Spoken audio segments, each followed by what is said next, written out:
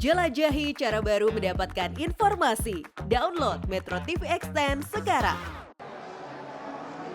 Baik, selamat siang Egan dan pemirsa. Tadi kita sudah menyaksikan bagaimana jalannya sidang tahunan MPR bersama dengan DPR dan juga DPD. Kita menyaksikan juga dan mendengarkan pidato kenegaraan dari Presiden dan juga pidato yang disampaikan oleh Ketua MPR dan Ketua DPD. Nah, untuk menggalinya lebih dalam, saat ini saya sudah bersama dengan Wakil Ketua MPR Republik Indonesia, Lestari Murdiat. Selamat siang, Ibu. Selamat siang. Apa kabar? Baik, sehat-sehat semua ya. Iya, Ibu, kita langsung saja membahas tentang salah satu substansi yang paling menarik dari pidato yang disampaikan oleh Ketua MPR, Pak Bambang Susatyo tadi, mengenai adanya rencana amandemen Undang-Undang Dasar 1945. Tadi beliau mengatakan bahwa dilatar belakangi karena kondisi geopolitik yang ada saat ini, kemudian lompatan teknologi yang signifikan, hingga adanya potensi ancaman terhadap pelaksanaan pemilu 2024 atau pemilu yang akan datang. Nah, sebenarnya seberapa urgensi, Bu, amandemen ini? Ya, barangkali harus saya klarifikasi bahwa mandat untuk menilik kembali Undang-Undang Dasar 1945 itu ada dari kepemimpinan periode 2014-2019 yang diserahkan kepada kepemimpinan periode 2019-2024 dan kepada seluruh anggota MPR untuk membahasnya. Tetapi dari berbagai macam kajian yang memang sudah dilakukan waktu itu, kalau mungkin kita ingat ada wacana amandemen terbatas.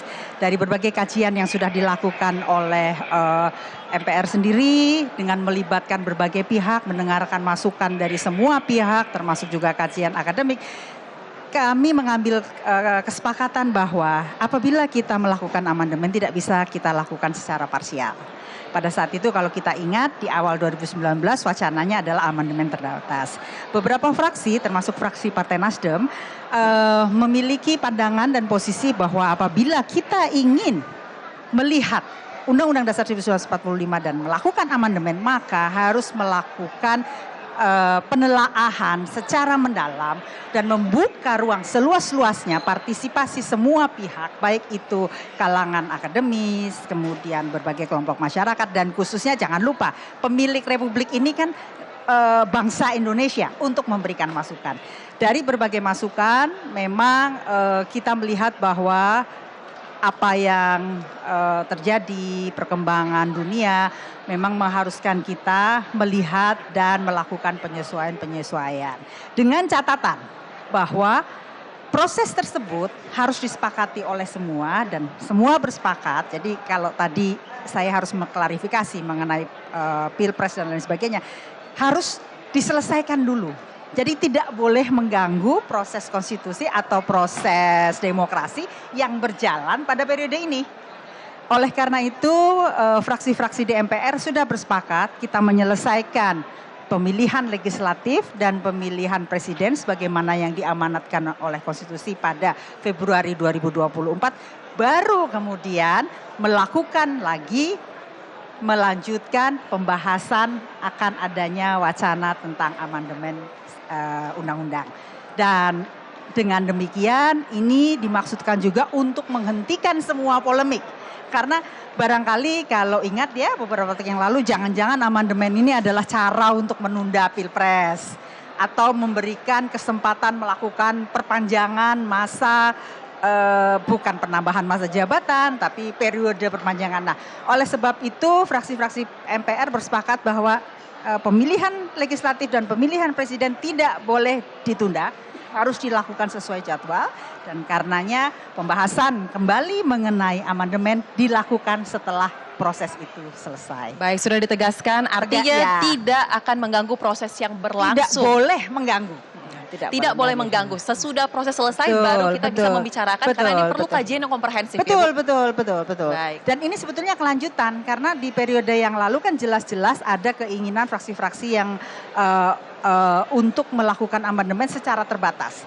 Dan kami secara tegas melihat bahwa kalau kita memang mau melakukan amandemen, kita tidak bisa parsial, kita harus melihat semuanya secara komprehensif. Ya betul, karena proses demokrasi tidak hanya dalam pemilu ya Bu, tapi dalam pengambilan kebijakan haruslah kebijakan yang demokrasi, memiliki kepentingan untuk rakyat. Kemudian Bu, tadi kita juga menyimak dari pidato yang disampaikan Ketua MPR, Presiden juga, ini ada membahas tentang bonus demografi untuk mencapai target Indonesia Emas 2045. Kalau dari sudut pandang MPR Bu, bagaimana sebenarnya cara paling ideal agar regenerasi atau peralihan antar generasi ini bisa berjalan dengan baik, Bu? Ya, yang pasti yang pertama kita pasti harus sepakat. 2045 adalah target, adalah kesempatan 100 tahun Indonesia untuk betul-betul memijakkan panji-panji kebesaran kita, merah putih Indonesia, menjadi salah satu kekuatan dunia. Dan tadi dari paparan Bapak Presiden ya, kita melihat bahwa langkah-langkah yang sudah disusun oleh pemerintah dimulai dengan 2 periode kepemimpinan Bapak Presiden Jokowi sudah menancapkan langkah-langkah besar untuk mencapai Indonesia Emas di 2045. 2030 kita akan menerima hadiah, kalau untuk saya itu hadiah, bonus demografi. Yang mana bonus demografi itu sebetulnya adalah kekuatan luar biasa karena di 2030 nanti mayoritas penduduk adalah mereka yang berada di usia produktif. 2030 ke 2045 15 tahun. Dan usia produktif di 2045 nanti menjadi usia yang sangat matang. Yang mana mereka bisa membawa dalam proses 15 tahun itu lompatan-lompatan yang luar biasa. Tentunya dalam hal ini kalau kita melihat dan tentunya kita bersepakat bahwa mempersiapkan generasi muda yang mumpuni menjadi kunci. Dan bagaimana kita mempersiapkan generasi muda yang mumpuni? Tentu di samping kemampuan, kemudian skill, kita lengkapi dengan pendidikan.